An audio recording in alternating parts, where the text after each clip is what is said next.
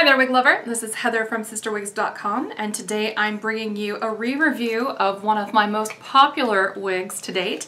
This is May by Noriko, and the color on May today is one of my favorites, Garnet Glaze. So let me go ahead and talk about the color really quickly, since I have a lot of people who ask me questions about it.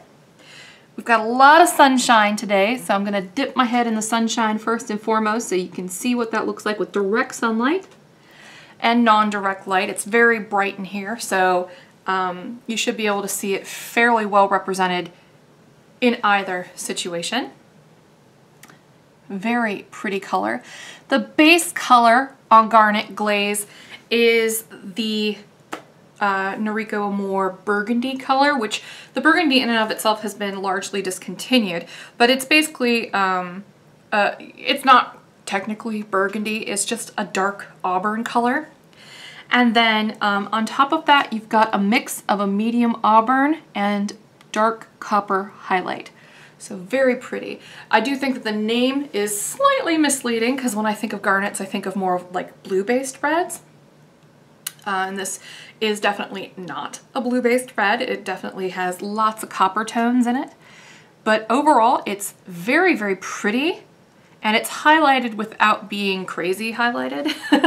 It's just a very, very beautiful color, and I think it works very well with this particular style. So if you're looking for a red that isn't too light or too coppery or too intense, this is a great choice. It's also a good choice for anybody who's normally into brunette wigs who wants to venture into reds. I think that this would be a very safe choice because it is quite dark, as you can tell, unless the sunlight is shining directly on it, and that's really no different than most wigs. So this wig sells like gangbusters. I sell a ton of these. They're often sold out with the manufacturer too. So if you're thinking of ordering a May, please contact me beforehand, and I can tell you if your color is actually in stock with the manufacturer. Just like Paula Young and basically every single wig brand or wig store online, we drop ship a lot of our merchandise. And so if it's not in our store, there's a pretty good chance that it's basically sold out everywhere. So, you know, just food for thought. We will definitely be able to tell you if your given color is in stock. This wig is a great mid-length bob with some layering towards the front. So you can see the layering just kind of naturally wants to swoop off to the side, making this wig pretty easy to wear.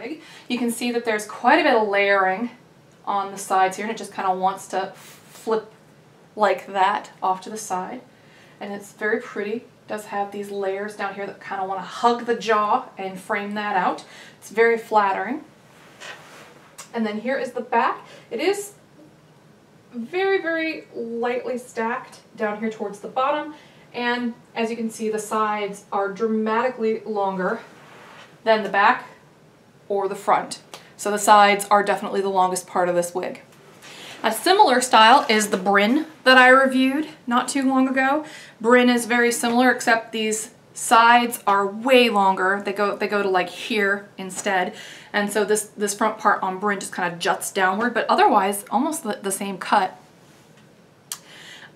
This is a very pretty wig. It has lots of volume here at the crown, as you can see when I turn to the side. That's from the permatease, as I've mentioned before. I'm a fan of permatease in wigs. I think that it tends to help give it a little bit of boost, so that way it sort of evens out the proportions of my face.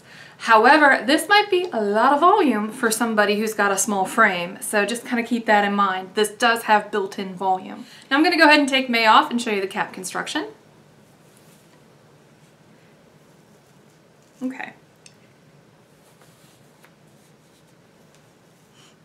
Completely permatease top, the entire top of this wig, this whole area here, all permateased. So if you don't like permatease, this is a classic Noriko permatease example, and you're not going to dig it. But if you don't mind permatease, great little wig. Not as stretchy around the perimeter as a lot of open-capped wigs are. As I've mentioned before, Noriko wigs tend to fit a little small, but they are surprisingly stretchy here towards the back. Go figure. The Ear tabs are pliable and they're covered in lace, no fancy features there. The back is interesting because it has a little bit of felt, but it doesn't have the Velcro adjuster tabs. It has instead kind of like a bra enclosure. And there's a little bit of felt here at the front hairline. So let's see, I'm gonna go ahead and invert this again and show you that color in the sunlight while I'm gently combing it through to smooth it back out. You'll want to carry a little comb with you whenever you wear a wig that's this straight. See how pretty that is in the sunlight? It's a very beautiful dark copper, but it isn't like crazy orangey copper. It's very, very well done. And the top is permatease, as I mentioned. There's the permatease. So I'm gonna go ahead and put May back on so you can see what she looks like and how easy it is to get it on and off. Line up the hairline, line up the ear tabs. And because I already brushed it out, all I have to do really is smooth it with my fingers. Very easy to wear mid-length bob. It's probably why she's so popular in my store. So again, this has been one of my best-selling wigs. This is May by Noriko, and the color on my head right now, Garnet Glaze. Thanks for watching, and I hope you have a great afternoon. Bye-bye.